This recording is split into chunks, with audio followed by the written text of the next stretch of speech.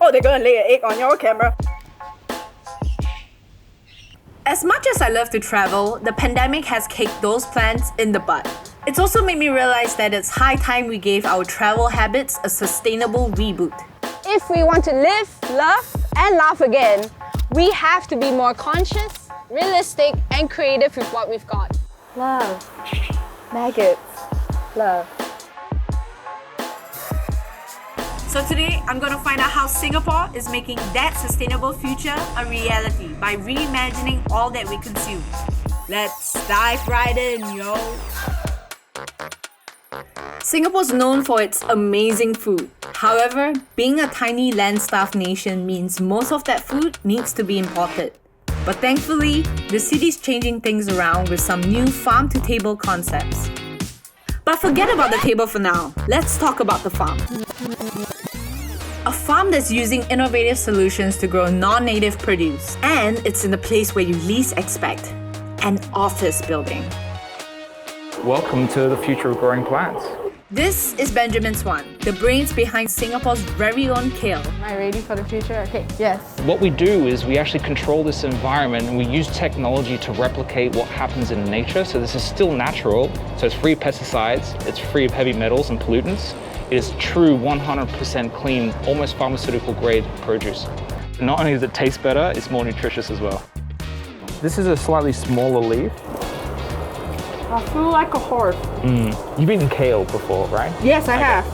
We could, in fact, go across the world one day in every major city with the purpose of displacing imports, so thereby we can reduce the amount of food waste and carbon emissions. You know, we don't have a lot of resources, but you make do, you adapt.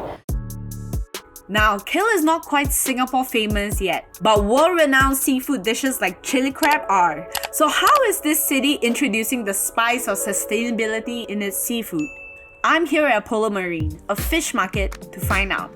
What's up, Jeremy? How are you doing? I noticed the waters are really clear. We use zero wastage water. Our water will always be topping up, but we don't throw away the water. What we do is we run them through this thing called the skimmer. They actually kills off all the bacteria using computerized system.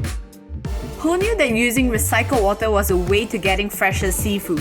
I didn't, but I can't wait to try it. Go. Okay, actually it's nothing lah. I was just like sucking myself. I'm gonna shuck these oysters right now, and I'm gonna shuck it good. Yeah. Oh my gosh, I did it!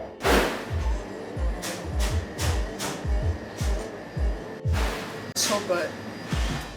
When you think about the traveler's appetite for local foods, Apollo Marine is out here doing their part to alleviate some of the waste that the industry creates. Unfortunately, food wastage is still happening even before the products reach our shelves. So I've decided to visit Insecta, where they figure out a very bizarre and buggy solution to food waste. And it has to do something with black soldier flies. I don't know what, but I'm here to find out. It's hot. Welcome to Insecta. That's the farm behind me. So Insecta is Singapore's first biotech company and farm rearing the black soldier fly. These guys are munching on Singapore's pre-consumption food waste from our factories. They are turned into rich animal feed, fertilizers, and even transformed into electronics and skincare?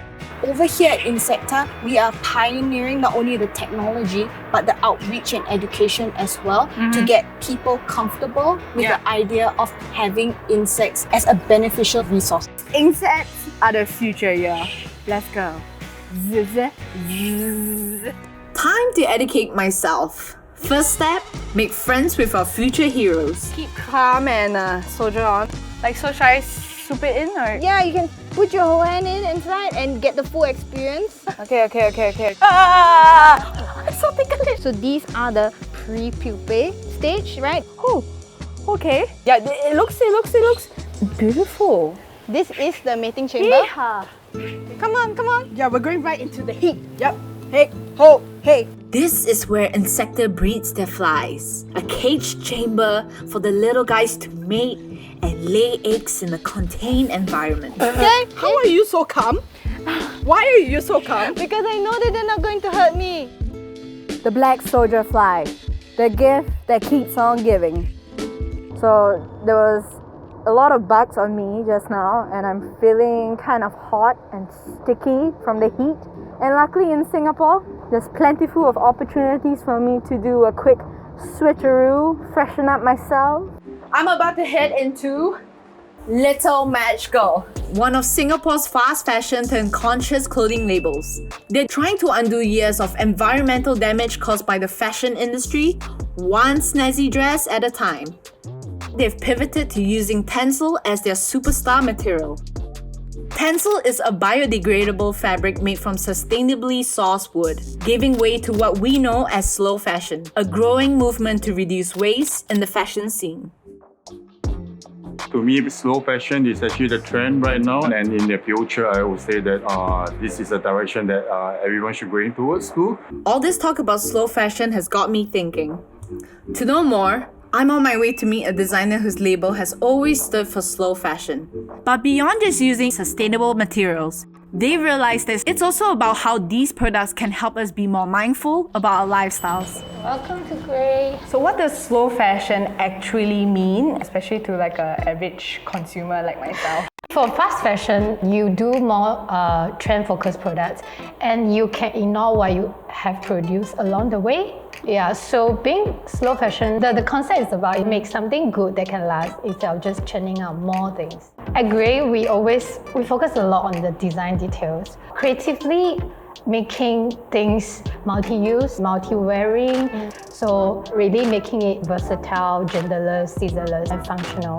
Customers are more careful about what they shop nowadays, and they do realize that our purchasing behavior actually makes a difference.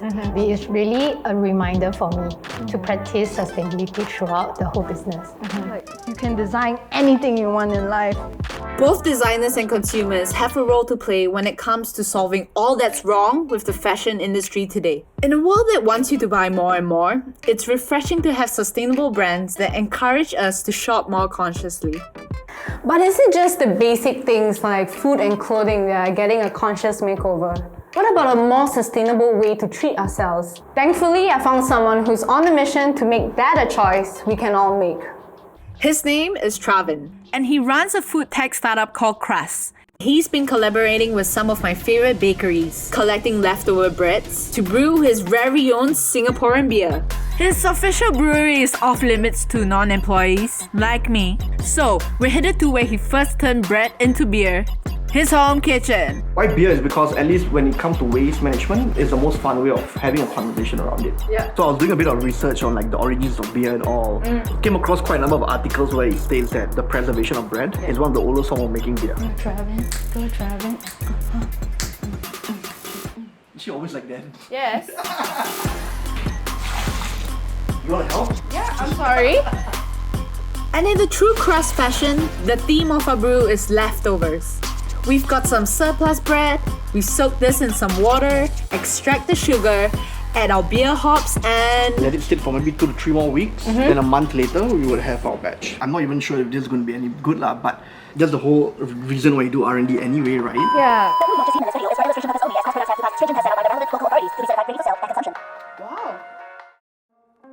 Since we can't get drunk off this batch yet, we decided to head out for some good old happy hour and try out a fully realized and quality check version of Travin's beer.